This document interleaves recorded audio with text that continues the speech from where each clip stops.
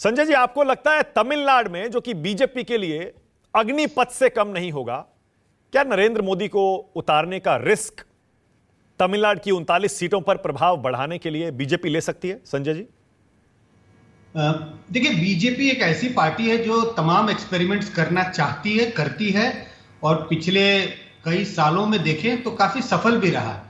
अब अगर आप गुजरात का उदाहरण ले तो एक बार उन्होंने मुख्यमंत्री का पूरा मंत्रिमंडल बदल दिया। इस बार भी तीनों राज्यों में चुनाव में जीत के बाद उन्होंने बिल्कुल तीनों राज्यों में नए मुख्यमंत्री ले आए। तो तमाम तरह के एक्सपेरिमेंट्स बीजेपी ने किए हैं, नए लोगों को उतारना, नए लोगों को नए जगहों से चुनाव लड़ाना। तो मैं अचंभित नहीं होऊंगा अगर बीजेपी ने कोई ऐसा स्टेप उठाया और प्रधानमंत्री मोदी तमिलनाडु की किसी सीट से चुनाव लड़ने की अगर ठानते हैं या अगर पार्टी ने निर्णय लिया, तो मैं बहुत आश्चर्यचकित नहीं होऊंगा कि ऐसा बीजेपी ने क्यों निर्णय लिया। ऐसा कर सकती है बीजेपी। ओके। और वो जो पुरी वाला चल रहा है कि शायद ओडिशा से भी लड़ सकते हैं, तो तमिलनाडु और पुरी में ज्यादा फायदेमंद क्या होगा? अब ये कह पाना तो बड़ा मुश्किल है फायदेमंद क्या होगा, लेकिन अगर ये देखें कि शायद पार्टी के हिसाब से बेहतर क्या है, तो मुझे लगता है उड़ीसा ज्यादा बेहतर होगा, क्योंकि उड़ीसा में पार्टी का काफी अच्छा जनाधार भी है।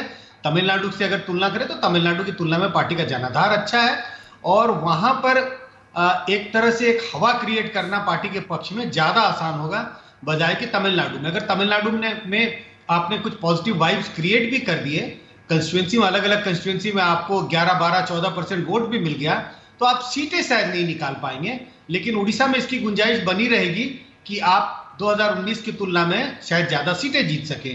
तो पार्टी के लिहाज के, पार्टी के स्ट्रैटेजी के लिहाज से, और अगर मैं बड़ी बात, मतलब कहते हैं ना छोटी मुंह बड़ी बात, अगर कोई सलाह पार्टी मांगे तो मैं यही सलाह दूंगा कि तमिलनाडु और उड़ीसा में, वैसे मैं नहीं कह रहा हूं मेरे से कोई सलाह मांगने वाला, लेकिन मैं कहूंगा कि उड़ीसा बेहतर होगा अगर तमिलनाडु के बजाय। अच्छा, और अगर राहुल गांधी सलाह मांगेंगे, संजय जी क्या सलाह देंगे? अमेठी लौटना चाहिए, यूपी की कोई और सीट चुननी चाहिए, या कोई और राज्य चुनना चाहिए?